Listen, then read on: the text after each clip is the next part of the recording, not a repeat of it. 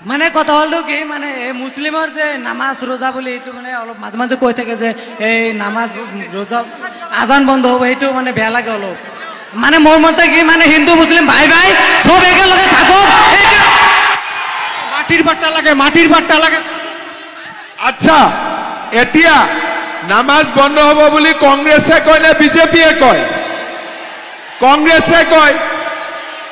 রোজা বন্ধ হব বুলি কংগ্রেসে কয় না বিজেপিয়ে কয় আজি 10 বছর নামাজ বন্ধ হল নেকি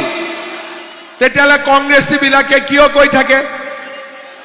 হেকানে কংগ্রেসী বিলাকক খুদিব লাগে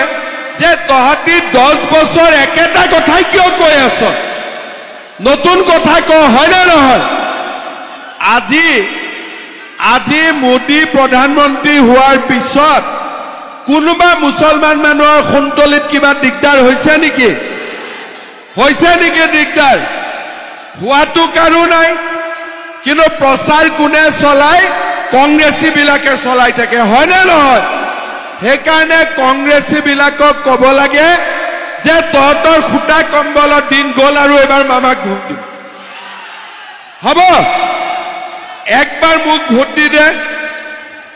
একবাৰ মুখ ভোট দিয়ক ঝামেলা শেষ হয়